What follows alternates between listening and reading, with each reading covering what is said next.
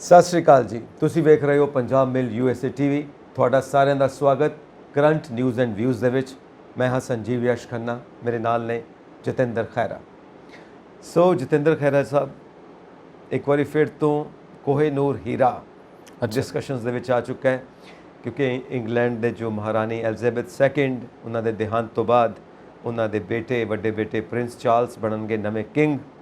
ਤੇ ਜਿਹੜਾ ਕੋਹਿਨੂਰ ਹੀਰਾ ਭਾਰਤ ਤੋਂ ਲੈ ਕੇ ਗਏ ਸੀ, ਜੋ ਆਖਰੀ ਬਾਦਸ਼ਾਹ ਸੀ ਸਿੱਖਾਂ ਦੇ ਮਹਾਰਾਜਾ ਦਲੀਪ ਸਿੰਘ, ਉਹਨਾਂ ਕੋਲੋਂ ਖੋਇਆ ਗਿਆ ਸੀ ਉਹ ਹੀਰਾ, ਤੇ ਉਹ ਇੰਗਲੈਂਡ ਲਿਜਾਇਆ ਗਿਆ, ਫਿਰ ਮਹਾਰਾਣੀ ਦੇ ਤਾਜ ਦੇ ਵਿੱਚ ਜੜਿਆ ਗਿਆ। ਹੋਰ ਵੀ ਬੜੇ ਮੋਤੀ ਨੇ, ਤਕਰੀਬਨ 2400 ਦੇ ਕਰੀਬ, ਪਰ ਉਹ ਉਹਨਾਂ ਦੀ ਜੋ ਐਲਿਜ਼ਾਬੈਥ ਸੈਕਿੰਡ ਦੇ ਮਾਤਾ ਜੀ ਨੇ, ਉਹਨਾਂ ਦੇ ਕਰਾਊਨ ਦੇ ਵਿੱਚ, ਉਹਨਾਂ ਦੇ ਤਾਜ ਦੇ ਵਿੱਚ ਹੈ, ਇਸ ਕਰਕੇ ਉਹ ਮਿਊਜ਼ੀਅਮ ਦੇ ਵਿੱਚ ਹੈ। ਤੇ ਹੁਣ ਇੱਕ ਵਾਰੀ ਡਿਮਾਂਡ ਉੱਠੀ ਹੈ ਕਿ ਉਹ ਫਿਰ ਤੋਂ ਭਾਰਤ ਨੂੰ ਵਾਪਸ ਕੀਤਾ ਜਾਏ। ਤੇ ਜਿਹੜੀਆਂ ਇੰਗਲੈਂਡ ਦੇ ਵਿੱਚ ਸਿੱਖ ਜਥੇਬੰਦੀਆਂ ਬੈਠੀਆਂ ਨੇ, ਉਹ ਕਹਿੰਦੀਆਂ ਨੇ ਨਹੀਂ, ਇਹ ਸਿੱਖ ਕੌਮ ਦਾ ਇੱਕ ਸਰਮਾਇਆ ਹੈ, ਸਿੱਖ ਕੌਮ ਨੂੰ ਵਾਪਸ ਮਿਲਣਾ ਚਾਹੀਦਾ ਹੈ, ਇਹਨੂੰ ਮਿਊਜ਼ੀਅਮ ਦੀ ਥਾਂ ਦੇ ਉੱਤੇ ਤੋਸ਼ਾਖਾਨਾ ਦੇ ਵਿੱਚ ਰੱਖਿਆ ਜਾਣਾ ਚਾਹੀਦਾ। ਸਭ ਤੋਂ ਪਹਿਲਾਂ ਤੇ ਦੇਖੋ, ਇਹ ਸੁਭਾਵਕ ਆ ਜਦੋਂ ਅਸੀਂ ਕਹਿੰਦੇ ਆ ਨਾ ਕਿ ਬ੍ਰਿਟਿਸ਼ ਰਾਜ ਤੇ ਪੰਜਾਬੀਆਂ ਦਾ ਰਾਜ, ਇੱਕ ਬੰਨੇ ਮਹਾਰਾਜਾ ਰਣਜੀਤ ਸਿੰਘ ਦਾ ਉਹ ਰਾਜ ਜਿੱਥੇ ਅਸੀਂ ਕਹਿੰਦੇ ਆ ਕਿ ਜਿਹਨੂੰ ਵੀ ਉਹ ਹੱਥ ਲਾਉਂਦੇ ਸੀਗੇ ਤੇ ਸੋਨਾ ਹੋ ਜਾਂਦਾ ਸੀ। ਉਹ ਰਾਜ ਜਿਹੜਾ ਆ, ਕਹਿੰਦੇ ਉਹ ਸਾਨੂੰ ਭੁੱਲਣਾ ਨਹੀਂ, ਸਿੱਖ ਰਾਜ ਹੈ ਨਾ। ਅੱਜ ਵੀ ਅਸੀਂ ਕਹਿੰਦੇ ਆ ਕਿ ਤੁਸੀਂ ਉਹ ਆਪਾਂ ਲਾਈਨਾਂ ਕਹਿੰਦੇ ਹੁੰਦੇ ਕਿ ਫੌਜਾਂ ਜਿੱਤ ਕੇ ਵੀ ਹਾਰੀਆਂ ਨੇ, ਫੌਜਾਂ ਜਿੱਤ ਕੇ ਅੰਤ ਨੂੰ ਹਾਰੀਆਂ ਨੇ, ਕਿਉਂਕਿ ਮਹਾਰਾਜਾ ਰਣਜੀਤ ਸਿੰਘ ਦੀ ਐਬਸੈਂਸ ਦੇ ਵਿੱਚ। ਓਕੇ, ਇਹੀ ਕਿਹਾ ਸੀ ਵੀ ਸ਼ਾਹ ਮੁਹੰਮਦ ਦਾ ਇੱਕ ਸਰਕਾਰ ਬਾਝੋਂ ਫੌਜਾਂ ਜਿੱਤ ਕੇ ਵੀ ਅੰਤ ਨੂੰ ਹਾਰੀਆਂ ਨੇ।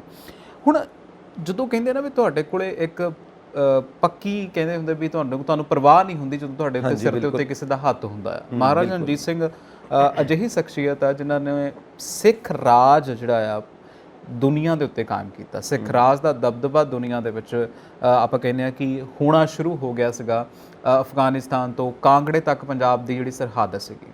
ਚਲੋ ਅਨਫੋਰਚੂਨੇਟਲੀ ਉਹ ਸਮਾਂ ਚਲਾ ਗਿਆ, ਕਿਉਂਕਿ ਹਰ ਸਮੇਂ ਨੇ ਜਾਣਾ ਆ। ਜੇ ਮੈਂ ਹੁਣ ਉਹਦੇ ਕੰਪੈਰੀਜ਼ਨ ਦੇ ਵਿੱਚ ਬ੍ਰਿਟਿਸ਼ ਰਾਜ ਦੀ ਗੱਲ ਕਰਾਂ ਤੇ ਕਹਿੰਦੇ ਕਿ ਬੜੇ ਸਾਰੇ ਮੁਲਕਾਂ ਦੇ ਉੱਤੇ ਇਹਨਾਂ ਦਾ ਸੂਰਜ ਡੁੱਬਦਾ ਨਹੀਂ ਸੀ, ਇੱਦਾਂ ਦੀਆਂ ਗੱਲਾਂ ਕਹਿੰਦੇ ਨੇ। ਪਰ ਇਹ 70 ਸਾਲ ਜਿਹੜੇ ਹੁਣ ਆਪਾਂ ਕਹਿੰਦੇ ਆ ਕਿ ਐਲਿਜ਼ਾਬੈਥ ਸੈਕਿੰਡ ਜਿਹੜੇ ਨੇ, ਉਹਨਾਂ ਨੇ 70 ਸਾਲ ਦੇਖਿਆ। ਇਸ 70 ਸਾਲ ਦੇ ਵਿੱਚ ਇਹ ਜਿਹੜਾ ਰਾਜ ਹੈ, ਜਿਹੜਾ 70% ਹੁੰਦਾ ਸੀ, ਉਹ 1% ਤੱਕ ਸੁੰਗੜ ਕੇ ਰਹਿ ਗਿਆ। ਸੋ ਦਿਨ ਹਮੇਸ਼ਾ ਹਰ ਕਿਸੇ ਦੇ ਸੇਮ ਨਹੀਂ ਰਹਿੰਦੇ ਹੈਗੇ, ਅਸੀਂ ਹੈ ਨਾ ਉਸ ਦੀ ਗੱਲ ਕਰਦੇ ਹਾਂ। ਹੁਣ ਆਪਾਂ ਆਉਂਦੇ ਹਾਂ ਸਾਡੇ ਜਿਹੜਾ ਸਾਡਾ ਕੋਹਿਨੂਰ ਹੀਰਾ, ਜਿੱਦਣ ਹੀ ਉਹਨਾਂ ਦੀ ਡੈਥ ਹੁੰਦੀ ਹੈ ਤੇ ਤੁਹਾਨੂੰ ਪਤਾ ਅੱਜ ਕੱਲ੍ਹ ਸੋਸ਼ਲ ਮੀਡੀਆ ਦਾ ਯੁੱਗ ਹੈ, ਬੜੇ ਸਾਰੇ ਮੀਮ ਬਣਨੇ ਵੀ ਸ਼ੁਰੂ ਹੋਏ ਵੀ ਕਹਿੰਦੇ ਵੀ ਹੁਣ ਤਾਂ ਗੁਜ਼ਰ ਗਈ ਆ, ਵੀ ਨਾਲ ਹੱਥ ਪੁੱਛ ਲਓ ਵੀ ਹੁਣ ਸਾਨੂੰ ਸਾਡਾ ਤਾਜ ਜਿਹੜਾ ਹੀਰਾ ਸਾਡਾ ਆ ਉਹ ਕਦੋਂ ਮੋੜਾਂਗੇ। ਫਿਰ ਮੈਂ ਅੱਜ ਤਾਊਜ਼ ਵੀ ਉਹਨਾਂ ਦੇ ਕੋਲ ਹੈ, ਬਹੁਤ ਕੁਛ ਹੈ, ਕੋਹਿਨੂਰ ਹੀਰਾ ਵੀ ਉਹਨਾਂ ਦੇ ਕੋਲ ਹੈ। ਅੱਛਾ, ਮੈਨੂੰ ਲੋਕ ਇਹ ਵੀ ਦੇਖੋ, ਆਪਾਂ ਇਹ ਦੇਖਿਆ ਸੀ ਸਿੰਘਾਸਨ ਜਿਹੜਾ ਸੀਗਾ ਉਹ ਵੀ ਹੁਣ ਉੱਥੇ ਪਿਆ ਹੋਇਆ, ਤਖਤੇ ਤਾਊਸ ਜਿਹੜਾ ਸੋਨੇ ਦਾ ਪੂਰਾ ਬਣਿਆ ਹੋਇਆ, ਮਹਾਰਾਜਾ ਰਣਜੀਤ ਸਿੰਘ ਬਹਿੰਦੇ ਸੀ ਉਹਦੇ ਉੱਤੇ, ਬਹਿੰਦੇ ਸੀਗੇ। ਤਲਵਾਰਾਂ ਉੱਥੇ ਨੇ, ਬਹੁਤ ਸਾਰੇ ਕਿੱਟੀ ਸੈੱਟ ਜਿਹੜੇ ਆ, ਚਾਹ ਵਾਲੇ ਜਿਹੜੇ ਸੈੱਟ ਆ, ਕੱਪ ਨੇ, ਕਹਿੰਦੇ ਜੀ ਉਹ ਵੀ ਬੜੇ ਰੱਖੇ ਹੋਏ ਨੇ ਉੱਥੇ ਸਾਂਭ ਕੇ ਉੱਤੇ, ਜਿਹੜੀ ਸਾਡੀ ਮਹਾਰਾਣੀ ਜਿੰਦਾ ਹੋਣਾ ਦੇ ਹੁੰਦੇ ਸੀਗੇ। ਸੋ ਉਹਨਾਂ ਦੇ ਗਹਿਣੇ, ਉਹਨਾਂ ਦੀਆਂ ਵੰਗਾਂ, ਉਹਨਾਂ ਦੇ ਜਿਹੜੇ ਉਹ ਤਾਂ ਪਹਿਲੇ ਦੱਸਦਾ ਵੀ ਉਹਨਾਂ ਦੀ ਰਸੋਈ ਦਾ ਸਮਾਨ ਵੀ ਲੈ ਗਏ ਸੀ। ਦੇਖੋ ਐਡਾ ਜ਼ਿਆਦਾ ਰਾਣੀ ਨੂੰ ਪਸੰਦ ਆਈਆਂ ਇਹਦੇ ਉੱਤੇ ਨਾ ਕਿਸੇ ਨੇ ਕਿਹਾ ਸੀ, ਕਹਿੰਦਾ ਮੈਂ ਇੰਗਲੈਂਡ ਗਿਆ, ਬੜਾ ਖੂਬਸੂਰਤ, ਸਾਡਾ ਭਾਰਤ ਉਹਨਾਂ ਖੂਬਸੂਰਤ ਨਹੀਂ। ਕਹਿੰਦਾ ਇੱਕ ਗੱਲ ਚੇਤੇ ਰੱਖੀ, ਜਿਹੜਾ ਭਾਰਤ ਤੋਂ ਲੁੱਟ ਕੇ ਲੈ ਕੇ ਗਏ ਨੇ ਨਾ ਮਾਲ, ਉਸੇ ਮਾਲ ਦੇ ਉੱਤੇ ਹੀ ਉਹ ਖੂਬਸੂਰਤ ਬਣਿਆ ਹੋਇਆ। ਹਾਂ, ਨਹੀਂ ਚਲੋ ਉਹ ਖੂਬਸੂਰਤ ਹੈ, ਇਹਦੇ ਵਿੱਚ ਕੋਈ ਸ਼ੱਕ ਨਹੀਂ ਹੈਗਾ, ਹੈ ਨਾ। ਕਿਉਂਕਿ ਕਹਿੰਦੇ ਨਾ ਕਿ ਜਦੋਂ ਲੋਕ ਤੁਹਾਡੇ ਤੋਂ ਪਹਿਲਾਂ ਪ੍ਰਗਤੀਸ਼ੀਲ ਹੋਣ ਤਾਂ ਫਿਰ ਉਹ ਪਹਿਲਾਂ ਜਾ ਕੇ ਹੋ ਜਾਂਦਾ। ਤੁਸੀਂ ਦੇਖੋ ਜਿੱਦਾਂ ਹੁਣ ਜਿਹੜੇ ਕੋਈ ਸ਼ਹਿਰ ਜਾਣ ਲੱਗ ਪੈਂਦੇ ਨਾ ਨਵੇਂ ਤਾਂ ਉਹਨਾਂ ਨੂੰ ਪਤਾ ਲੱਗਦਾ ਕਿ ਸ਼ਹਿਰ ਕਮਾਈ ਹੁੰਦੀ ਆ, ਤੇ ਉਹ ਫਿਰ ਘਰ ਪਿੰਡ 'ਚ ਸੋਹਣਾ ਬਣਾ ਲੈਂਦੇ ਆ। ਫਿਰ ਜਿਹੜੇ ਲੋਕੀ ਪਿੱਛੋਂ ਪਿੰਡ 'ਚੋਂ ਸ਼ਹਿਰ ਉੱਠ ਕੇ ਆਉਂਦੇ ਆ ਨਾ, ਤੇ ਉਹ ਵੀ ਫਿਰ ਹੌਲੀ ਉਹਨਾਂ ਦੇ ਪਿੱਛੇ ਦੇ ਦੇਰ ਸਵੇਰ ਹਰ ਕੋਈ ਉੱਥੇ ਤੱਕ ਪਹੁੰਚ ਜਾਂਦਾ। ਅੱਜ ਕੱਲ੍ਹ ਭਾਰਤ ਵੀ ਆਪਾਂ ਕਹਿ ਲਈਏ ਕਿ ਮੋਢੇ ਨਾਲ ਮੋਢਾ ਜੋੜ ਕੇ ਚੱਲਣ ਡਿਆ, ਉੱਡੀ ਕੋਈ ਗੱਲ ਨਹੀਂ ਹੈਗੀ। ਗੱਲ ਸਿਰਫ ਇਹ ਆ ਕਿ ਸਾਨੂੰ ਜਿਹੜਾ ਉਹਨਾਂ ਨੇ ਲੁੱਟਿਆ ਆ, ਇਹ ਕੀ ਪੋਸੀਬਲ ਦੇ ਦੇਣ? ਮੈਨੂੰ ਇੱਥੋਂ ਤੱਕ ਲੱਗਦਾ ਹੈ ਕਿ ਇਹ ਪੋਸੀਬਲ ਨਹੀਂ ਹੈ। ਡਿਪਲੋਮੈਟਿਕ ਰਿਲੇਸ਼ਨ ਦੀ ਗੱਲ ਕਰੀਏ ਤਾਂ ਇਹ ਬਿਲਕੁਲ ਪੋਸੀਬਲ ਨਹੀਂ ਹੈ ਕਿ ਉਹ ਆਪਣੀ ਪੋਜੀਸ਼ਨ ਨੂੰ ਹੁਣ ਸਾਨੂੰ ਦੇ ਦੇਣ। ਬਿਲਕੁਲ ਸਹੀ ਗੱਲ ਹੈ, ਕਿਉਂਕਿ ਸੈਕੰਡ ਵਰਲਡ ਵਾਰ ਦੇ ਵਿੱਚ ਜਦੋਂ ਇੰਗਲੈਂਡ ਹਾਰ ਜਾਂਦਾ, ਉਹਦੀ ਮਾਲੀ ਹਾਲਤ ਵਿਗੜ ਜਾਂਦੀ ਹੈ, ਈਸਟ ਇੰਡੀਆ ਕੰਪਨੀ ਦੇ ਸ਼ੇਅਰਸ ਡਿੱਗ ਪੈਂਦੇ ਨੇ, ਤਾਂ ਉਹਦੀ ਉਹ ਪੋਜੀਸ਼ਨ ਨਹੀਂ ਰਹਿ ਜਾਂਦੀ ਇੰਗਲੈਂਡ ਦੀ ਕਿ ਉਹ ਜਿਹੜੀਆਂ ਆਪਣੀਆਂ ਬਸਤੀਆਂ ਉਹਨੇ ਕਾਇਮ ਕੀਤੀਆਂ ਨੇ, ਕਲੋਨੀਜ਼ ਕਾਇਮ ਕੀਤੀਆਂ ਨੇ, ਕਿਉਂਕਿ ਬਸਤੀਵਾਦ ਹੈ, ਕੋਲੋਨਾਈਜੇਸ਼ਨ ਹੈ ਹਰ ਥਾਂ ਦੇ ਉੱਤੇ, ਉਹ ਬਸਤੀਆਂ ਕਾਇਮ ਰੱਖ ਸਕੇ, ਕਿਉਂਕਿ ਫੌਜ ਦਾ ਖਰਚਾ ਚੁੱਕਣਾ ਜੀ ਉਹਦੇ ਵਾਸਤੇ ਮੁਸ਼ਕਿਲ ਹੈ। ਇਕਨੋਮੀ ਉੱਥੋਂ ਦੀ ਹਿੱਲੀ ਪਈ ਹੈ, ਕਿਉਂਕਿ ਸੈਕੰਡ ਵਰਲਡ ਵਾਰ ਦੇ ਵਿੱਚ ਬਹੁਤ ਤਗੜੀ ਸੱਟ ਲੱਗੀ ਸੱਟ ਲੱਗੀ ਹੈ। ਸੋ ਉਸ ਤੋਂ ਬਾਅਦ ਫਿਰ ਉਹਨੇ ਆਪਣਾ ਵੇਕੈਂਟ ਕਰਨਾ ਸ਼ੁਰੂ ਕਰ ਦਿੱਤਾ, ਕਲੋਨੀਜ਼ ਨੂੰ ਵਾਪਸ ਚਲਾ ਗਿਆ। ਭਾਰਤ ਦੇ ਵਿੱਚ ਵੀ ਆਜ਼ਾਦੀ ਦੀ ਜਿਹੜੀ ਅਸੀਂ ਗੱਲ ਕਰਦੇ ਹਾਂ ਤਾਂ 2 ਹਿੱਸਿਆਂ 'ਚ ਵੰਡਿਆ ਗਿਆ, ਪਾਕਿਸਤਾਨ ਭਾਰਤ। ਸੋ ਜਿੱਥੋਂ ਜਿੱਥੋਂ ਉਹਨੂੰ ਜੋ ਮਾਲ ਮਿਲਿਆ ਸਭ ਸਮੇਟ ਲਿਆ। ਉਹ ਕਰਨ ਹੀ ਇਹ ਆਏ ਸੀਗੇ, ਮਾਲ ਸਮੇਟਣ ਆਏ ਸੀਗੇ, ਹੋਰ ਕੀ ਕਰਨ ਆਏ ਸੀ।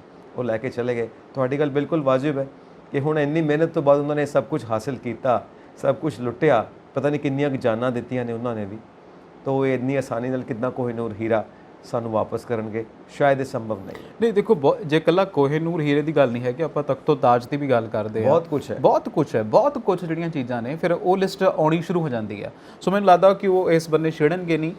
ਹਾਲਾਂਕਿ ਜਦੋਂ ਆਪਾਂ ਗੱਲ ਕਰਦੇ ਹਾਂ ਨਾ, ਜੋ ਤੁਸੀਂ ਕਹਿੰਦੇ ਆ ਕਿ ਉਹਨਾਂ ਦਾ ਜਿਹੜਾ ਸੂਰਜ ਆ ਉਹ ਢਲਣਾ ਸ਼ੁਰੂ ਹੋ ਗਿਆ, ਕਲੋਨੀਆਂ ਜਿਹੜੀਆਂ ਉਹਨਾਂ ਨੇ ਚੱਕ ਲਈਆਂ, ਕਿਉਂਕਿ ਖਰਚੇ ਬਹੁਤ ਨੇ। ਦੇਖੋ ਹੁਣ 21ਵੀਂ ਸਦੀ ਦੇ ਵਿੱਚ ਇਦਾਂ ਦੇ ਦਿਨ ਆ ਗਏ ਸੀ ਕਿ ਜਦੋਂ ਬੋਰਿਸ ਜੌਨਸਨ ਨਵੇਂ ਉੱਥੇ ਦੇ ਪ੍ਰਧਾਨ ਮੰਤਰੀ ਬਣਦੇ ਤੇ ਲੋਕਾਂ ਨੂੰ ਉਹਨਾਂ ਨੂੰ ਪੁੱਛਣ ਲੱਗ ਪਏ ਸੀ ਕਿ ਤੁਸੀਂ ਸ਼ਾਹੀ ਪਰਿਵਾਰ ਦੇ ਉੱਤੇ ਇਹ ਸਾਡਾ ਪੈਸਾ ਕਿਉਂ ਖਰਚਦੇ ਆ, ਐਡੇ ਮਹਿੰਗੇ ਫੰਕਸ਼ਨ ਕਰਦੇ ਆ, ਸਾਡੇ ਪੈਸਿਆਂ ਦੇ ਉੱਤੇ, ਇਹਨਾਂ ਦੇ ਕੋਲੇ ਲਗਜ਼ਰੀਆਂ ਗੱਡੀਆਂ, ਇਹਨਾਂ ਕੋਲ ਕੈਸਲ ਹੈ, ਸਾਡੇ ਪੈਸਿਆਂ ਦੇ ਉੱਤੇ ਮੇਨਟੇਨ ਹੁੰਦਾ, ਇਹ ਸਾਡੇ ਲਈ ਕਰਦੇ ਕੀ ਆ, ਇਸ ਕਰਦੇ ਕੀ ਹੈ? ਅਰਬਾਂ ਰੁਪਏ ਦੀ ਜਾਇਦਾਦ, ਖਰਬਾਂ ਰੁਪਏ ਦੀ ਜਾਇਦਾਦ ਹੈ, 2.23 ਲੱਖ ਕਰੋੜ ਰੁਪਏ ਦੀ ਜਾਇਦਾਦ ਹੈ ਜੇ ਰਾਣੀ ਦੇ ਕੋਲ ਹੀ ਇਕੱਲੀ ਤੋਂ। ਤਾਂ ਤੁਸੀਂ ਬਾਕੀ ਲਾ ਲਓ ਜਿਹੜੇ ਹੁਣ ਨਿਆਣਾ ਨਿੱਕਾ ਹੋਣਾ ਉਹਨਾਂ ਦੇ ਕੋਲ ਵੀ ਜਾਇਦਾਦਾਂ ਤਾਂ ਹੋਣੀਆਂ ਆ। ਇਹ ਚੀਜ਼ਾਂ ਨੇ। ਇਹ ਦੇਖੋ ਲੋਕੀ ਵੀ ਫਿਰ ਸਵਾਲ ਚੁੱਕਦੇ ਸੀ ਵੀ ਕਰਦੇ ਕੱਖ ਨਹੀਂ, ਇਹਨਾਂ ਦਾ ਖਰਚਾ ਇੰਨਾ ਮਹਿੰਗਾ ਆ, ਵੀ ਫਿਰ ਸਾਡੇ ਪੱਲਿਓ ਦੇ ਰਹੇ, ਇੰਗਲੈਂਡ ਮਤਲਬ ਲੋਕਾਂ ਦੇ ਆਵਾਮ ਦੇ ਪੱਲਿਓ ਜਾ ਰਿਹਾ ਸੀ, ਉੱਥੋਂ ਦੀ ਲੋਕੀ ਸਵਾਲ ਉੱਠਣੇ ਸ਼ੁਰੂ ਹੋ ਗਏ ਸੀਗੇ। ਸੋ ਰਾਇਲਟੀ ਜਿਹੜੀ ਆ ਉਹਨੂੰ ਵੀ ਕਿਤੇ ਨਾ ਕਿਤੇ ਹੁਣ ਜਿਹੜਾ ਸੀਗਾ ਖਦਸ਼ਾ ਸੀਗਾ ਕਿ ਅਸੀਂ ਕਰਦੇ ਕੀ। ਹਾਲਾਂਕਿ ਉਹਨਾਂ ਨੇ ਹੁਣ ਜਦੋਂ ਥੋੜ੍ਹੇ ਸਾਲ ਪਹਿਲਾਂ ਉਹਨਾਂ ਨੇ ਰੀਅਲ ਸਟੇਟ ਦੇ ਵਿੱਚ ਇਨਵੈਸਟ ਕਰਨਾ ਸ਼ੁਰੂ ਕਰ ਦਿੱਤਾ ਸੀ, ਬੜੀਆਂ ਸਾਰੀਆਂ ਪ੍ਰਾਈਵੇਟ ਪ੍ਰਾਪਰਟੀਜ਼ ਬਣਾਉਣੀਆਂ ਸ਼ੁਰੂ ਕਰ ਦਿੱਤੀਆਂ ਸੀਗੀਆਂ। ਇੱਕ ਜਿਹੜੀ ਨਾ ਇੱਕ ਗੱਲ ਇਹ ਵੇਖਣ ਵਾਲੀ ਹੁੰਦੀ ਹੈ ਕਿ ਜਿਹੜਾ ਸ਼ਾਹੀ ਪਰਿਵਾਰ ਹੁੰਦਾ ਨਾ, ਉਹਦੀ ਪ੍ਰਾਪਰਟੀ ਜੇਕਰ ਅਸੀਂ ਗੱਲ ਕੀਤੀ ਜਾੜੀਏ, ਉਹਨਾਂ ਦੀ ਆਪ ਦੀ ਕੋਈ ਪ੍ਰਾਪਰਟੀ ਨਹੀਂ ਹੁੰਦੀ। ਉਹ ਇੱਕ ਜਿਹਨੂੰ ਅਸੀਂ ਕਹਿੰਦੇ ਹਾਂ ਰਾਇਲ NGO ਹੁੰਦੀ ਹੈ, ਰਾਇਲ NGO, ਉਹ ਸਾਰੀ ਪ੍ਰਾਪਰਟੀ ਮੇਨਟੇਨ ਕਰਦੀ ਆ। ਉਹ ਨਾ ਤਾਂ ਸਰਕਾਰ ਦੀ ਪ੍ਰਾਪਰਟੀ ਹੁੰਦੀ ਆ ਤੇ ਨਾ ਹੀ ਉਹਨਾਂ ਦੀ ਪਰਸਨਲ ਪ੍ਰਾਪਰਟੀ ਹੁੰਦੀ ਆ, ਸਿਰਫ ਤੇ ਸਿਰਫ ਉਹ NGO ਦੀ ਪ੍ਰਾਪਰਟੀ ਹੁੰਦੀ ਆ। ਪਰ ਕੌਣ NGO ਨੂੰ ਪੁੱਛਦਾ, ਸਾਰੀ ਉਮਰ ਤਾਂ ਇਹਨਾਂ ਨੇ ਰਾਜ ਕਰਨਾ ਹੈ ਕਿਉਂਕਿ ਮਨਾਕ ਨੇ ਇਹ। ਪਰ ਹੁਣ ਇਹਨਾਂ ਨੇ ਦੇਖੋ ਵਿੱਚ ਆਪਣੀ ਸਹੂਲਤ ਲਈ ਕਰ ਲਿਆ ਕਿ ਪ੍ਰਾਈਵੇਟ ਪ੍ਰਾਪਰਟੀਆਂ ਖਰੀਦਣੀਆਂ ਸ਼ੁਰੂ ਕਰ ਦਿੱਤੀਆਂ। ਜਿੱਥੇ ਉਹਨਾਂ ਦੀ ਸਕਾਟਲੈਂਡ ਵਾਲੇ ਬਾਰਾਮੂਲਾ ਕੈਸਲ ਦੇ ਵਿੱਚ ਜਿੱਥੇ ਉਹਨਾਂ ਦੀ ਡੈਥ ਹੋਈ ਹੈ, ਇਹ ਪ੍ਰਾਈਵੇਟ ਪ੍ਰਾਪਰਟੀ ਸੀਗੀ ਮਹਾਰਾਣੀ ਦੀ। ਬਿਲਕੁਲ ਪ੍ਰਾਈਵੇਟ ਪ੍ਰਾਪਰਟੀ ਹੈ ਔਰ ਨੈਚੁਰਲੀ ਬਿਜ਼ਨਸ ਹਰ ਇਨਸਾਨ ਕਰ ਰਿਹਾ, ਤੇ ਉਹ ਵੀ ਕਿਉਂ ਪਿੱਛੇ ਰਹਿਣ, ਉਹ ਵੀ ਕਰ ਰਹੇ ਨੇ। ਬਾਕੀ ਗਵਰਨਮੈਂਟ ਵੱਲੋਂ ਪ੍ਰਿੰਸ ਚਾਰਲਸ ਜਦੋਂ ਨਵੇਂ ਕਿੰਗ ਬਣਨਗੇ ਉਹਨਾਂ ਨੂੰ ਵੀ ਕੁਝ ਮਿਲੀਅਨ ਪਾਉਂਡਸ ਉਹਨਾਂ ਨੂੰ ਵੀ ਹਰ ਸਾਲ ਮਿਲੇਗਾ। ਸੋ ਇਹ ਵੀ ਗੱਲਾਂ ਹੁੰਦੀਆਂ ਨੇ ਕਿ ਉਹਨਾਂ ਨੂੰ ਟੈਕਸ ਪੇਅਰਸ ਦੀ ਮਨੀ ਵਿੱਚੋਂ ਪੈਸਾ ਦਿੱਤਾ ਜਾਂਦਾ ਹੈ, ਕਿਉਂ ਦਿੱਤਾ ਜਾਂਦਾ ਹੈ। ਸੋ ਹਰ ਥਾਂ ਦੇ ਉੱਤੇ ਜੋ ਜਾਗਰੂਕ ਜਨਤਾ ਹੈ ਉਹ ਕ੍ਰਿਟਿਸਾਈਜ਼ ਤੇ ਕਰਦੀ ਆ, ਤੇ ਉਹਦਾ ਜਵਾਬ ਗਵਰਨਮੈਂਟ ਨੂੰ ਦੇਣਾ ਪੈਂਦਾ। ਸੋ ਦੇਖੋ ਅੱਗੇ ਟਾਈਮ ਚੇਂਜ ਹੋ ਰਿਹਾ, ਟਾਈਮ ਦੇ ਵਿੱਚ ਹੋਰ ਕੀ ਨਵੀਆਂ ਚੇਂਜਸ ਆਉਣੀਆਂ ਨੇ। ਹੋ ਸਕਦਾ ਹੈ ਖੁਦ ਹੀ ਕਹਿਣ ਕਿ ਅਸੀਂ ਨਹੀਂ ਲੈ ਸਕਦੇ, ਅਸੀਂ ਨਹੀਂ ਲੈਣਾ ਚਾਹੁੰਦੇ, ਕਿਉਂਕਿ ਸਾਡੇ ਨਹੀਂ ਇੱਦਾਂ ਤਾਂ ਕਦੇ ਨਹੀਂ ਹੋਊਗਾ, ਕਿਉਂਕਿ ਮਨਾਕ ਜਿਹੜੇ ਨੇ ਉਹ ਆਪ ਕੁਝ ਨਹੀਂ ਕਰਦੇ, ਇਸੇ ਪੈਸੇ ਦੇ ਉੱਤੇ ਉਹ ਐਸ਼ ਕਰਦੇ ਆ। ਮੈਂ ਪੜ੍ਹ ਰਿਹਾ ਸੀ ਕਿਉਂਕਿ ਹੁਣ ਬੜੀਆਂ ਸਾਰੀਆਂ ਨਿਊਜ਼ ਆ ਰਹੀਆਂ, ਕਹਿੰਦੇ ਕਿ 2 ਤਾਂ ਡਰੈਸਰ ਹੀ ਜਾਂਦੇ ਹੁੰਦੇ ਸੀ ਮੈਡਮ ਰਾਣੀ ਦੇ ਨਾਲ ਜਦੋਂ ਕਿਤੇ ਜਾਣਾ, ਔਰ 35 ਦਾ ਜਿਹੜਾ ਹੁੰਦਾ ਸੀ ਕਰੂ, ਪ੍ਰੋਪਰ ਕਰੂ 35 ਲੋਕਾਂ ਦਾ ਨਾਲ ਹੁੰਦਾ ਸੀ ਜਦੋਂ ਕਿਤੇ ਇਹਨਾਂ ਨੇ ਘੁੰਮਣ ਫਿਰਨ ਜਾਣਾ ਹੁੰਦਾ ਸੀਗਾ। ਤੁਸੀਂ ਹਿਸਾਬ ਲਾ ਲਓ ਕਿ ਕਿੱਡਾ ਵੱਡਾ ਖਰਚਾ ਹੈ ਨਾ, ਬਹੁਤ ਵੱਡਾ ਪੂਰਾ ਟੀਮ ਦਾ ਖਰਚਾ ਹੈ ਔਰ ਇਹ ਖਰਚਾ ਤੇ ਚੁੱਕਣਾ ਪੈਂਦਾ। ਇਹਨਾਂ ਦੇ ਹੁਣ ਅੰਤਿਮ ਸੰਸਕਾਰ ਦੀਆਂ ਕੀ ਪ੍ਰਕਿਰਿਆਵਾਂ ਨੇ? ਹਜੇ ਉਹ ਡਿਵੈਲਪਮੈਂਟਸ ਨੇ, ਕਿਉਂਕਿ ਹਜੇ ਤਾਂ ਸ਼ੋਕ ਸਮਾਚਾਰ ਆ ਰਹੇ ਨੇ। ਹਜੇ ਸਾਰਾ ਪਰਿਵਾਰ ਹੈ, 7 ਦਿਨਾਂ ਦਾ ਰਾਜਸੀ ਸ਼ੋਕ ਹੈ। ਯੂਨੀਅਨ ਜੈਕ ਅੱਧਾ ਚੁੱਕਿਆ ਹੋਇਆ ਹੈ, ਦੇਖੋ ਹੁਣ ਕਿਸ ਤਰ੍ਹਾਂ ਬਣਦੀਆਂ ਨੇ। ਅੱਛਾ, ਕੋਈ ਕਹਿੰਦਾ ਵੀ ਤੁਹਾਨੂੰ ਯਾਦ ਹੋਵੇਗਾ 2021 ਦੇ ਵਿੱਚ ਜਿਹੜਾ ਇੱਕ ਕਹਿੰਦੇ ਸੀਕ੍ਰੇਟ ਡਾਕੂਮੈਂਟ ਜਿਹੜੇ ਲੀਕ ਹੋ ਗਏ ਸੀਗੇ, ਜਿਹਦੇ ਵਿੱਚ ਦੱਸਿਆ ਸੀ ਕਿ ਜੇ ਮਹਾਰਾਣੀ ਐਲਿਜ਼ਾਬੈਥ ਮਰਦੀ ਆ ਤੇ ਲੰਡਨ ਬ੍ਰਿਜ ਨਾਂ ਦੀ ਜਿਹੜੀ ਇੱਕ ਪ੍ਰਕਿਰਿਆ ਆ ਉਹ ਸ਼ੁਰੂ ਕਰ ਦੇਣੀ ਆ, ਔਨ ਹੋ ਜਾਣੀ ਆ। ਜਿਹੜੀ ਸ਼ਾਹੀ ਰਾਇਲ ਜਿਹੜੀ ਵੈਬਸਾਈਟ ਆ ਉਹ ਬਲੈਕ ਹੋ ਜਾਣੀ ਆ, ਜਿਹੜੀ ਉਦੋਂ ਹੋ ਵੀ ਗਈ, ਅੱਜ ਵੀ ਉਹ ਬਲੈਕ ਹੀ ਆ ਮਤਲਬ। ਤੇ ਕਹਿੰਦੇ ਆ ਵੀ ਫਿਰ ਉਹ ਮਤਲਬ ਕੁਝ ਕਿ ਚੰਦ ਕੁ ਮਿੰਟਾਂ ਦੇ ਬਾਅਦ ਜਿਹੜੇ ਉੱਥੇ ਝੰਡੇ ਸੀਗੇ ਉਹ ਡਾਊਨ ਹੋਣੇ ਸ਼ੁਰੂ ਹੋ ਗਏ। ਇਹ ਲੰਡਨ ਬ੍ਰਿਜ ਕੀ ਹੈ? ਲੰਡਨ ਬ੍ਰਿਜ ਮੇਰਾ ਖਿਆਲ ਤੇ ਇਹੀ ਹੈ ਕਿ ਜਿਸ ਪ੍ਰੋਜੈਕਟ ਦੇ ਤਹਿਤ ਕਿੰਗ ਬਣਾਇਆ ਗਿਆ ਹੈ ਪ੍ਰਿੰਸ ਚਾਰਲਸ ਨੂੰ, ਇਹੀ ਲੰਡਨ ਬ੍ਰਿਜ ਪ੍ਰੋਜੈਕਟ ਦਾ ਅਗਲਾ ਸਟੈਪ ਹੈ। ਸ਼ਾਇਦ ਇਹੀ ਹੈ ਕਿ ਜੋ ਕਰਾਊਨ ਹੈ ਇਹਨਾਂ ਦੀ ਫੈਮਿਲੀ ਕੋਲ ਹੀ ਰਹੇਗਾ, ਕਿਉਂਕਿ ਹਮੇਸ਼ਾ ਆਪਾਂ ਦੇਖਦੇ ਹਾਂ ਕਿ ਲੇਡੀ ਹੀ ਬੰਦੇ ਆ ਰਹੇ ਨੇ। ਸੋ ਇਸ ਵਕਤ king Charles I think Philip ਤੋਂ ਬਾਅਦ ਆਏ ਨੇ, ਔਰ ਅੱਗੇ ਹੁਣ ਕਿਸ ਤਰ੍ਹਾਂ ਕਿਸ ਮੋਡ ਵੱਲ ਜਾਏਗੀ, ਕਿਉਂਕਿ ਜਿਹੜੇ ਸੀਕ੍ਰੇਟ ਡਾਕੂਮੈਂਟਸ ਨੇ ਕਈ ਵਾਰ ਤੇ ਇਹ ਰਿਊਮਰਸ ਵੀ ਹੁੰਦੀਆਂ ਨੇ ਵੀ ਸੀਕ੍ਰੇਟ ਡਾਕੂਮੈਂਟਸ ਹੋ ਗਏ, ਕਿਉਂਕਿ ਐਡਾ ਵੱਡਾ ਰਾਇਲ ਪਰਿਵਾਰ ਹੈ ਔਰ ਸੀਕ੍ਰੇਟ ਡਾਕੂਮੈਂਟਸ। ਇਹ ਗੱਲਾਂ ਕਹੀ ਜਾ ਰਹੀਆਂ ਨੇ ਕਿ ਉਹਨਾਂ ਦੇ ਪਰਿਵਾਰ ਵੱਲੋਂ ਹੀ ਸ਼ਾਇਦ ਇੰਟੈਂਸ਼ਨਲੀ ਕਿਤੇ ਨਾ ਕਿਤੇ ਲੀਕ ਹੋ ਗਿਆ ਸੀ ਵੀ ਲੰਡਨ ਬ੍ਰਿਜ ਜਿਹੜਾ ਆ ਉਹ ਜਦੋਂ ਮਹਾਰਾਣੀ ਮਰਦੀ ਹੈ, ਰਾਣੀ ਐਲਿਜ਼ਾਬੈਥ ਉਹਨਾਂ ਦਾ ਦੇਹਾਂਤ ਹੋਣਗਾ ਤੇ ਉਹਨਾਂ ਦੇ ਪਾਰਥਿਕ ਸਰੀਰ ਨੂੰ ਇਦਾਂ ਸਾਂਭਣਾ, ਇਹ ਕਰਨਾ, ਆਹ ਕੁਝ ਹੋਊਗਾ। ਸ਼ਾਇਦ ਲੰਡਨ ਬ੍ਰਿਜ ਉਹ ਪ੍ਰਕਿਰਿਆ ਸੀ, ਸ਼ਾਇਦ ਉਹ ਪ੍ਰਕਿਰਿਆ ਹੋਵੇ, ਕਿਉਂਕਿ ਜਿੱਥੋਂ ਤੱਕ ਮੈਨੂੰ ਸਮਝ ਆਈ ਹੈ, ਜਿੱਥੋਂ ਤੱਕ ਮੈਂ ਵੀ ਸਟੱਡੀ ਕੀਤਾ ਹੈ, ਪ੍ਰਿੰਸ ਚਾਰਲਸ ਦਾ ਕਿੰਗ ਬਣਨਾ ਉਸ ਲੰਡਨ ਬ੍ਰਿਜ ਪ੍ਰੋਜੈਕਟ ਦੀ ਐਕਸਟੈਂਸ਼ਨ ਹੈ। ਅੱਗੇ ਉਹ ਕਿਉਂਕਿ ਕੋਈ ਨਾ ਕੋਈ ਬੰਦਾ ਤੇ ਪਾਵਰ 'ਚ ਰਹੇਗਾ ਨਾ, ਤਾਂ ਹੀ ਉਸ ਚੀਜ਼ ਨੂੰ ਐਕਸਰਸਾਈਜ਼ ਕਰੇਗਾ। ਜੋ ਇਹਨਾਂ ਦੀਆਂ ਸੀਕ੍ਰੇਟ ਪ੍ਰਥਾਵਾਂ ਹੋਣਗੀਆਂ, ਕਈ ਚੀਜ਼ਾਂ ਨੇ, ਕਿਉਂਕਿ ਕਈ ਹੋਰ ਸੀਕ੍ਰੇਟ ਗਰੁੱਪਸ ਵੀ ਨੇ। ਨਹੀਂ 12 ਦਿਨਾਂ ਦਾ ਕਹਿੰਦੇ ਜੀ ਹੁਣ ਉੱਥੇ ਸ਼ੋਕ ਹੈ, ਔਰ ਇਹ ਕਿਹਾ ਜਾ ਰਿਹਾ ਕਿ 10ਵੇਂ 11ਵੇਂ ਦਿਨ ਜਿਹੜਾ 10ਵੇਂ ਦਿਨ ਉਹਨਾਂ ਦਾ ਅੰਤਿਮ ਸੰਸਕਾਰ ਜਿਹੜਾ ਹੋਣਾ ਆ, ਔਰ ਬੜਾ ਕੁਝ ਲੰਮਾ ਚੌੜਾ ਹੈ ਕਿ ਕਾਫੀ ਲੰਬਾ ਚੌੜਾ, ਕਿਉਂਕਿ ਰਾਇਲ ਪਰਿਵਾਰ ਹੈ। 7 ਦਿਨ ਤੋਂ ਬਾਅਦ ਹੋਰ 5 ਡੇਜ਼ ਦਾ ਐਕਸਟੈਂਸ਼ਨ। ਜਿਸ ਅੱਛਾ ਸੰਜੀਵ ਜੀ, ਇੱਕ ਖਬਰ ਹੋਰ ਅੱਜ ਹੀ ਮੈਂ ਪੜ੍ਹੀ ਸੀ ਕਿਤੇ, ਤੁਹਾਨੂੰ ਪਤਾ ਹੋਵੇਗਾ ਕਿ ਪ੍ਰਿੰਸ ਹੈਰੀ ਤੇ ਮੇਗਨ ਮਾਰਕਲ ਨੇ ਵਿਆਹ ਕਰਾ ਲਿਆ ਸੀਗਾ। ਉਸ ਤੋਂ ਬਾਅਦ ਬੜਾ ਸ਼ਸ਼ੋ ਪੰਜ ਪਿਆ, ਵਿਆਹ ਤੇ ਹੋ ਗਿਆ। ਕਹਿੰਦੇ ਮਹਾਰਾਣੀ ਗੁੱਸੇ ਸੀਗੀ ਜੀ ਹੈਰੀ ਦੇ ਨਾਲ, ਕਹਿੰਦੇ ਵੀ ਤੂੰ ਉਹ ਕੰਮ ਕਰ ਲਿਆ ਵੀ ਜਿਹੜਾ ਨਹੀਂ ਕਰਨਾ ਚਾਹੀਦਾ ਸੀਗਾ, ਕਿਉਂਕਿ ਇਹਨਾਂ ਦਾ ਕੁਝ ਇਦਾਂ ਦਾ ਹੁੰਦਾ ਕਿ ਮਨਾਕ ਨੇ ਜਿਹੜਾ ਵਿਆਹ ਜਿੰਨਾ ਕਰਾਉਣਾ ਹੁੰਦਾ ਤੇ ਉਹ ਵੀ ਬੜੀ ਸੋਚ ਸਮਝੇ ਤਰੀਕੇ ਨਾਲ ਕਰਾਉਣਾ ਹੁੰਦਾ ਆ, ਬ੍ਰਿਟਿਸ਼ ਡੈਂਸਿਟੀ ਦੇ ਨਾਲ ਕਰਾਉਣਾ ਹੁੰਦਾ, ਸੇਮ ਰੇਸ ਦੇ ਬੰਦਿਆਂ ਨਾਲ ਕਰਾਉਣਾ ਹੁੰਦਾ ਵਿਆਹ, ਰਾਇਲ ਬਲੱਡ ਇਦਾਂ ਕੁਝ ਕਹਿੰਦੇ ਸੀਗੇ। ਤੇ ਮੇਗਨ ਮਾਰਕਲ ਤੁਹਾਨੂੰ ਪਤਾ ਹੀ ਹੈ ਕਿ ਉਹ ਅਮਰੀਕਨ ਹੈ। ਦੇਖੋ, ਜਦੋਂ ਲੇਡੀ ਡਾਇਨਾ ਨਾਲ ਪ੍ਰਿੰਸ ਚਾਰਲਸ ਦਾ ਅਫੇਅਰ ਹੈ ਜਾਂ ਉਦੋਂ ਵੀ ਮੈਰਿਜ ਹੁੰਦੀ ਹੈ, ਉਦੋਂ ਵੀ ਕੁਝ ਨਾ ਕੁਝ ਅਜਿਹੀਆਂ ਗੱਲਾਂ ਉੱਠੀਆਂ। ਫਿਰ ਪ੍ਰਿੰਸ ਚਾਰਲਸ ਆਪਣੀ ਸੈਕਿੰਡ ਮੈਰਿਜ ਕਰਦੇ ਆ, ਉਸ ਵੇਲੇ ਵੀ ਗੱਲਾਂ ਉੱਠੀਆਂ, ਉਦੋਂ ਵੀ ਮਹਾਰਾਣੀ ਨਾਰਾਜ਼ ਹੋਏ, ਕਿਉਂਕਿ ਇਹਨਾਂ ਨੇ ਬਹੁਤ ਕੁਝ ਦੇਖਣਾ ਹੁੰਦਾ ਹੈ ਕਿ ਇਹਨੂੰ ਐਂਸੈਸਟਰ ਬਣਾਉਣਾ ਹੈ। ਕਿਉਂਕਿ ਜਦੋਂ ਲੇਡੀ ਡਾਇਨਾ ਹੈਗੇ ਸੀ, ਉਦੋਂ ਕਿਹਾ ਜਾਂਦਾ ਸੀਗਾ ਕਿ ਮਹਾਰਾਣੀ ਤੋਂ ਬਾਅਦ ਉਹਨਾਂ ਨੇ ਹੀ ਕੁਈਨ ਬਣਨਾ। ਅਸੀਂ ਸਾਰੇ ਇਸ ਗੱਲ ਨੂੰ ਜਾਣਦੇ ਸੀ ਉਦੋਂ, ਪਰ ਉਹ ਨਹੀਂ ਰਹੇ। ਹੁਣ ਕਿੰਗ ਬਣ ਰਹੇ ਨੇ, ਪ੍ਰਿੰਸ ਚਾਰਲਸ ਬਣ ਰਹੇ ਨੇ। ਇਹ ਲੰਡਨ ਬ੍ਰਿਜ ਦੇ ਜਿਹੜੇ ਸਾਰੇ ਸੀਕ੍ਰੇਟ ਡਾਕੂਮੈਂਟਸ ਨੇ, ਇਹ ਉਹਦੇ ਮੁਤਾਬਿਕ ਹੀ ਇਹ ਸਭ ਕੁਝ ਤੈਅ ਹੁੰਦਾ, ਸਕ੍ਰਿਪਟਡ ਹੈ, ਐਵਰੀਥਿੰਗ ਇਜ਼ ਸਕ੍ਰਿਪਟਡ ਹੈ। ਤੇ ਇਹ ਤਾਂ ਗੱਲ ਫੋਰ ਸ਼ੋਰ ਹੈ। ਅੱਛਾ, ਫਿਰ ਮੈਂ ਇਹ ਖਬਰ ਜਿਹੜੀ ਪੜ੍ਹਨੀ ਸੀਗੀ, ਚਲੋ ਮੈਂ ਤੁਹਾਨੂੰ ਖਬਰ ਦੱਸਦਾ। ਖਬਰ ਇਹ ਸੀਗੀ ਕਿ ਕਹਿੰਦੇ ਜੀ ਜਦੋਂ ਸਾਰੇ ਸਕਾਟਲੈਂਡ ਵਾਲੇ ਕੈਸਲ 'ਚ ਪਹੁੰਚਦੇ ਆ ਤੇ ਉੱਥੇ ਇਹ ਕਿਹਾ ਗਿਆ ਸੀਗਾ ਜੀ ਹੈਰੀ ਨੂੰ ਵੀ ਜੇ ਤੂੰ ਆਉਣਾ ਹੈ ਤਾਂ ਇਕੱਲਾ ਆਈ, ਵੀ ਮੇਗਨ ਮਾਰਕਲ ਨੂੰ ਲੈ ਕੇ ਨਾ ਆਈ ਨਾਲ। ਹੋ ਸਕਦਾ ਕੋਈ ਰੰਜਿਸ਼ ਹੋਵੇ, ਰੰਜਿਸ਼ ਤਾਂ ਕੀ ਹੋਣੀ ਹੈ, ਕੋਈ ਨਾਰਾਜ਼ਗੀ ਹੋ ਸਕਦੀ ਹੈ। ਉਹੀ ਸੇਮ ਗੱਲ ਆ ਜਾਂਦੀ ਹੈ royal blood and all that, ਕਿ ਤੁਸੀਂ ਜੋ ਫੈਮਿਲੀ ਟ੍ਰੈਡੀਸ਼ਨਸ ਨੇ ਉਸ ਤੋਂ ਬਾਹਰ ਜਾ ਰਹੇ ਹੋ। ਪੁਰਾਣੇ ਸਮੇਂ ਦੇ ਵਿੱਚ ਬਹੁਤ ਪੱਕੇ ਰਹਿੰਦੇ ਸੀਗੇ ਕਿ ਉਸੇ ਟ੍ਰੈਡੀਸ਼ਨ ਦੇ ਮੁਤਾਬਿਕ ਤੁਰਨਾ ਹੈ।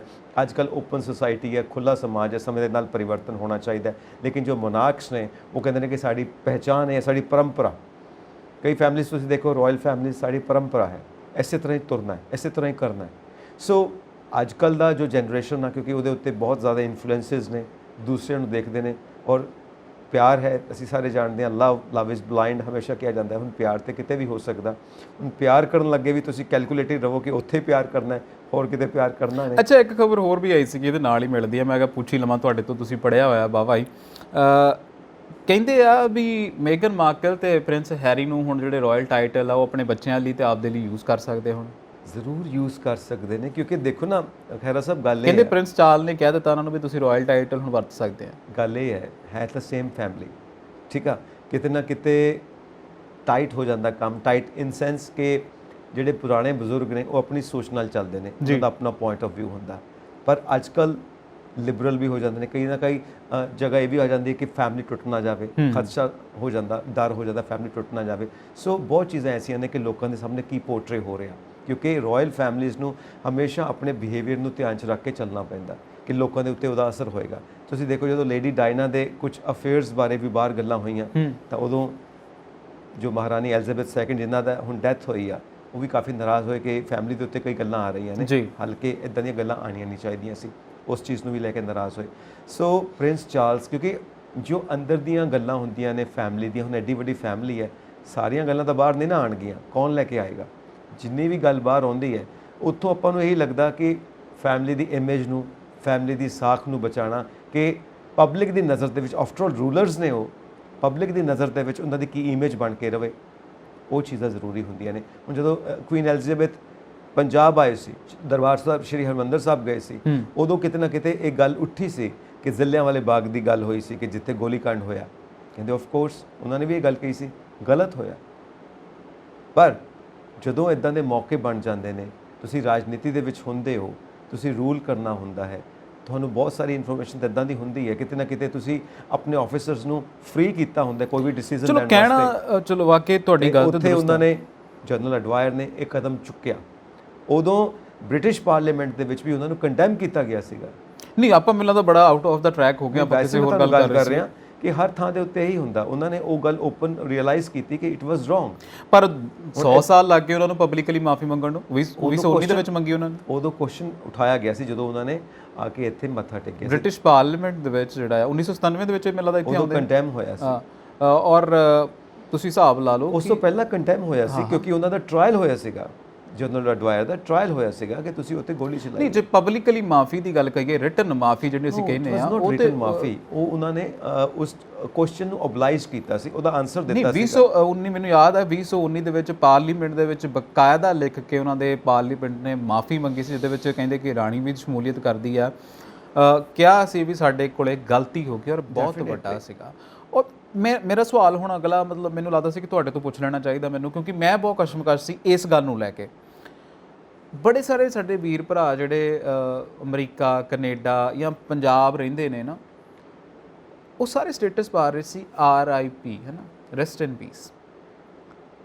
ਹੁਣ ਅਸੀਂ ਵੈਸੇ ਤਾਂ ਚਲੋ ਅਸੀਂ ਗੱਲ ਜਦੋਂ ਕਰਦੇ ਹਾਂ ਨਾ ਕਿ ਅਸੀਂ ਚਲੋ ਸਾਨੂੰ ਫਰਕ ਨਹੀਂ ਪੈਂਦਾ ਹੈਗਾ, ਪੰਜਾਬ ਦਾ ਇੰਨਾ ਘਾਣ ਹੋ ਗਿਆ, ਪੰਜਾਬ ਨੂੰ ਲੁੱਟ ਕੇ ਖਾ ਗਏ। ਪੰਜਾਬ ਦੇ ਵਿੱਚ ਜੇ ਕਿਤੇ ਨਾ ਕਿਤੇ ਕਹਿੰਦੇ ਨਾ, ਜੇ ਆਜ਼ਾਦੀ ਫੈਲੀ ਆ, ਜਿਹਨੂੰ ਅਸੀਂ ਫੈਲੀ ਕਹਿੰਦੇ ਪੰਜਾਬੀ ਜ਼ਿਆਦਾ, ਕਿਉਂਕਿ ਅਸੀਂ ਬੜੇ, ਉਹ ਆਜ਼ਾਦੀ ਨੇ ਸਾਨੂੰ ਬੜਾ ਕੁਝ ਦੇ ਦਿੱਤਾ, ਬੜਾ। ਉਹ ਇੱਕ ਦਿਨ ਮੈਂ ਕਹਾਣੀ ਸੁਣਦਾ ਸੀਗਾ ਕਿਸੇ ਦੀ, ਉਹ ਕਹਿੰਦੇ ਵੀ ਜਦੋਂ ਆਜ਼ਾਦੀ ਹੋਈ ਆ, ਕਿਸੇ ਭਰਾ ਦੀ ਤੇ ਕਿਸੇ ਪੇ ਦੀ ਧੀ ਇੱਦਾਂ ਦੀ ਸੀਗੀ ਜਿਹੜੀ ਹੱਥਾਂ ਪੈਰਾਂ ਤੋਂ ਚੱਲ ਨਹੀਂ ਸੀ ਸਕਦੀ, ਲਾਚਾਰ ਸੀਗੀ। ਤੇ ਉਹ ਕਹਿੰਦੇ ਵੀ ਹੁਣ ਤੁਹਾਨੂੰ ਪਤਾ ਸੀ ਮਾਹੌਲ ਕੀ ਸੀਗਾ, ਕਿ ਟ੍ਰੇਨਾਂ ਦੇ ਵਿੱਚ ਆਉਣਾ, ਜਿਹੜੀਆਂ ਚੱਲ ਸਕਦੀਆਂ ਸੀ ਉਹਨਾਂ ਦੀਆਂ ਇੱਜ਼ਤਾਂ ਨਹੀਂ ਸਾਂਭ ਸਕਦੇ ਸੀ, ਤੇ ਉਹ ਕਿੱਥੇ ਸਾਂਭਣੀਆਂ, ਹੈ ਨਾ। ਕਹਿੰਦੇ ਫਿਰ ਉਹਦੇ ਪੇ ਨੇ ਕਿਹਾ ਵੀ ਇੱਦਾਂ ਕਰ ਵੀ ਹੁਣ ਇਹਨੂੰ ਆਪਾਂ ਕਿੱਥੇ ਚੱਕੀ ਫਿਰਾਂਗੇ, ਆਪਾਂ ਤਾਂ ਆਪ ਹੀ ਮਸਾਂ ਜਾ ਸਕਦੇ, ਤੇਰੀਆਂ 2 ਭੈਣਾਂ ਹੋਰ ਵੀ ਆ, ਇਹ ਤੇਰੀ ਭੈਣ ਨੂੰ ਕਿੱਥੇ ਲੈ ਕੇ ਜਾ ਸਕਾਂਗੇ। ਉਹ ਭੈਣ ਜਿਹੜੀ ਸਾਹ ਦੇ, ਭਰਾ ਦੇ ਸਾਹ ਦੇ ਨਾਲ ਸਾਹ ਲੈਂਦੀ ਆ, ਪੇ ਦੇ ਸਾਹ ਦੇ ਨਾਲ ਸਾਹ ਲੈਂਦੀ ਆ, ਤੇ ਕਹਿੰਦੇ ਜੀ ਵੀ ਜ਼ਹਿਰ ਦੇ ਦਿੱਤੀ ਉਹਨੂੰ ਆਉਣ ਲੱਗਿਆ, ਜ਼ਹਿਰ ਖਵਾ ਦਿੱਤੀ। ਭੈਣ ਨੂੰ ਪਤਾ ਲੱਗ ਗਿਆ ਕਿ ਮੈਨੂੰ ਜ਼ਹਿਰ ਖਵਾ ਦਿੱਤੀ ਹੈ, ਕਿ ਮੈਨੂੰ ਕਿੱਥੇ ਚੱਕਦੇ ਫਿਰਨਗੇ। ਔਰ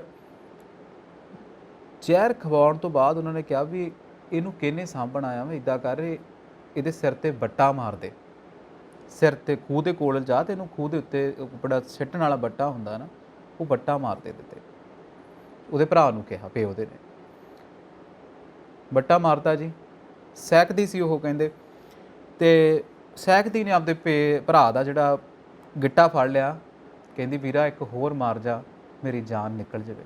ਉਹ ਕਹਿੰਦੇ ਲੋਕ ਇੱਦਾਂ ਦੇ ਨੇ ਜਿਨ੍ਹਾਂ ਨੂੰ ਸਾਰੀ ਉਮਰ ਉਹ ਆਜ਼ਾਦੀ ਨਹੀਂ ਭੁੱਲਦੀ, ਜਿਹੜੇ ਆਪਣੀ ਭੈਣ ਨੂੰ ਆਪ ਮਾਰ ਕੇ ਆ ਗਏ ਹੁਣ ਪਿੱਛੇ, ਉਹਨਾਂ ਲਈ ਕਿਹੜੀਆਂ ਆਜ਼ਾਦੀਆਂ।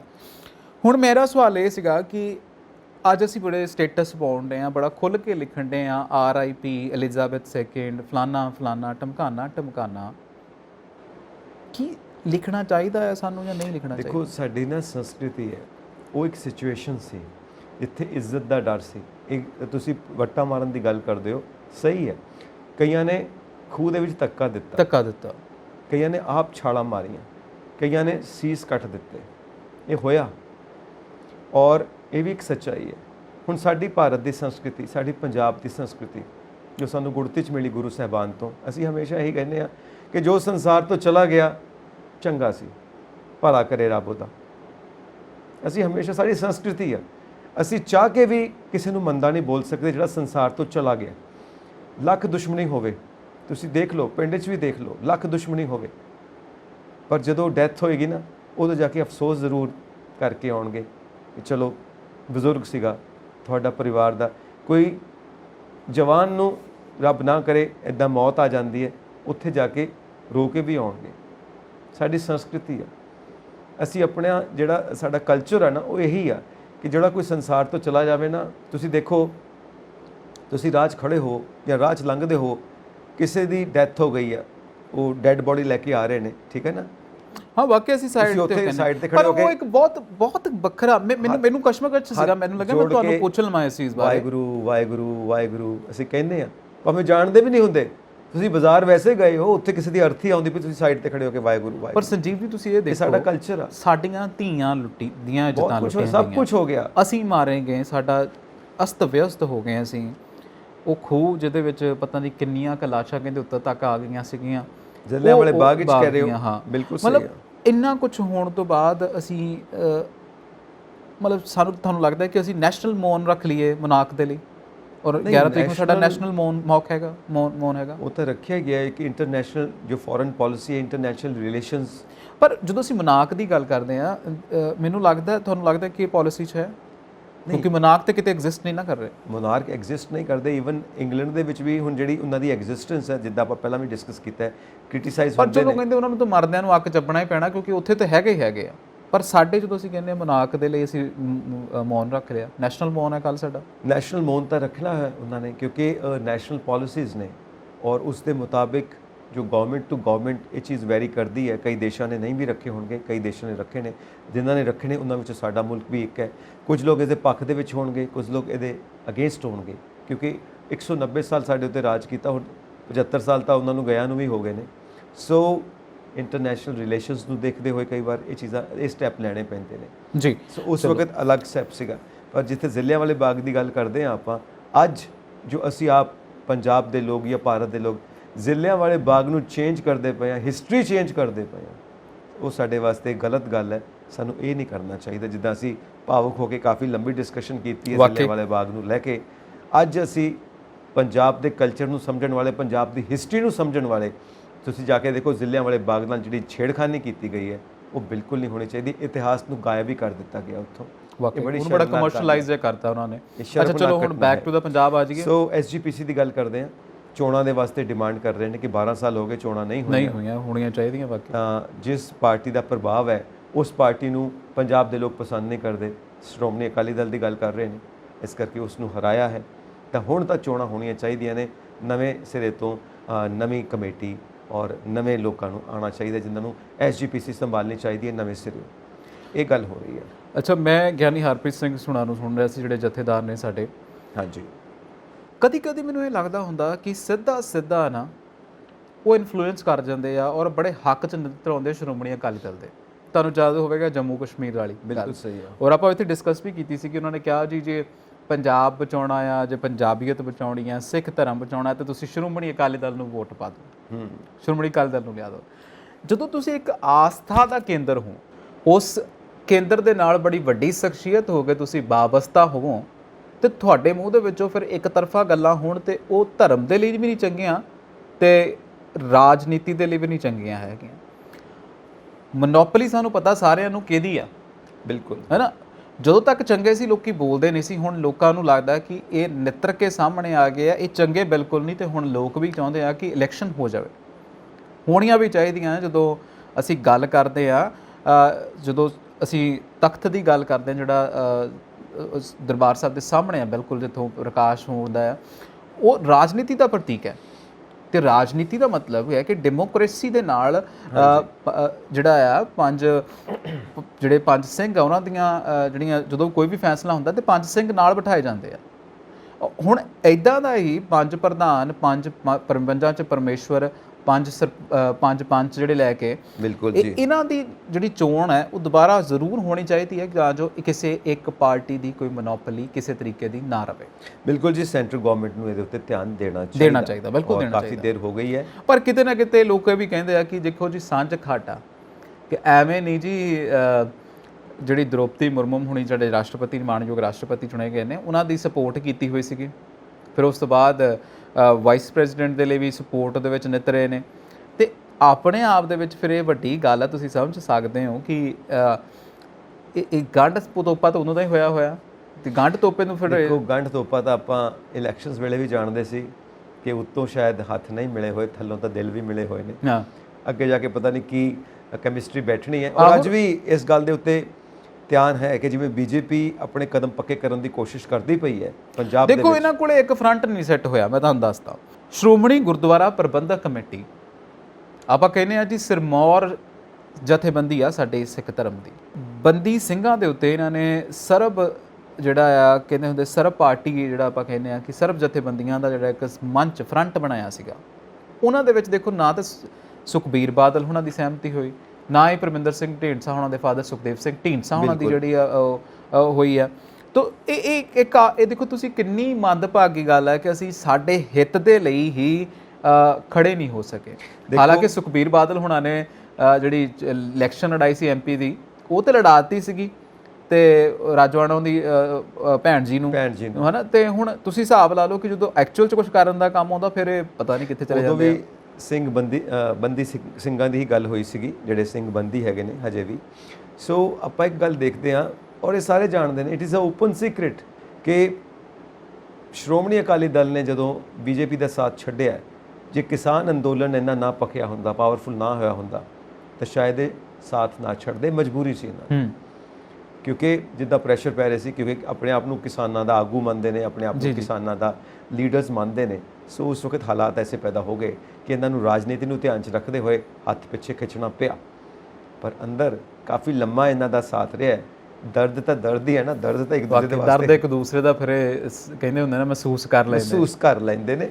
ਸੋ ਫਿਰ ਬੰਦੀ ਸਿੰਘਾਂ ਦੀ ਗੱਲ ਵੀ ਕਰਦੇ ਪਏ ਨੇ ਐਸਜੀਪੀਸੀ ਦੇ ਜੋ ਪ੍ਰਧਾਨ ਸਾਹਿਬ ਨੇ ਕਿ ਉਹਦੇ ਵੱਲ ਵੀ ਸੈਂਟਰ ਨੂੰ ਧਿਆਨ ਦੇਣਾ ਚਾਹੀਦਾ ਹੈ ਚੋਣਾਂ ਦੇ ਨਾਲ ਨਾਲ। ਦੇਖੋ ਮੈਨੂੰ ਲੱਗਦਾ ਬੇਅਦਬੀ ਦੇ ਲਈ ਮੋਰਚੇ ਵੀ ਤੇ ਇਹਨਾਂ ਨੂੰ ਲਾਉਣੇ ਚਾਹੀਦੇ ਸੀਗੇ, ਬਿਲਕੁਲ ਲਾਉਣੇ ਚਾਹੀਦੇ। ਜਿਹੜੇ ਆਪ ਲੋਕ ਉੱਥੇ ਕੋਟਕਪੂਰਾ ਗੋਲੀकांड ਦੇ ਵਿੱਚ ਬੈਠੇ ਸੀਗੇ, ਹਾਲਾਂਕਿ ਸਾਡੇ ਜਿਹੜੇ ਸਿੰਘ ਸਾਹਿਬ ਨੇ ਗਿਆਨੀ ਹਰਪ੍ਰੀਤ ਸਿੰਘ ਜੀ ਨੇ, ਉਹਨਾਂ ਨੂੰ ਆਪ ਖੜਨਾ ਚਾਹੀਦਾ ਸੀ ਉੱਥੇ, ਆਪ ਜਾਣਾ ਚਾਹੀਦਾ ਸੀਗਾ।